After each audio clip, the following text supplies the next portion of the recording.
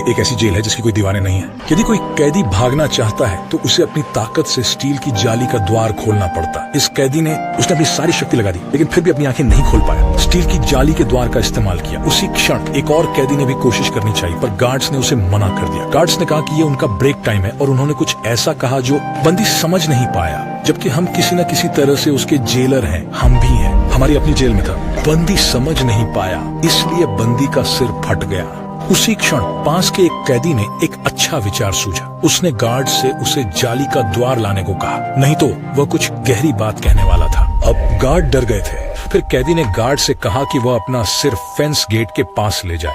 फिर उसने गार्ड से एक सवाल पूछा, सोसाइटी का क्या मामला है भाई?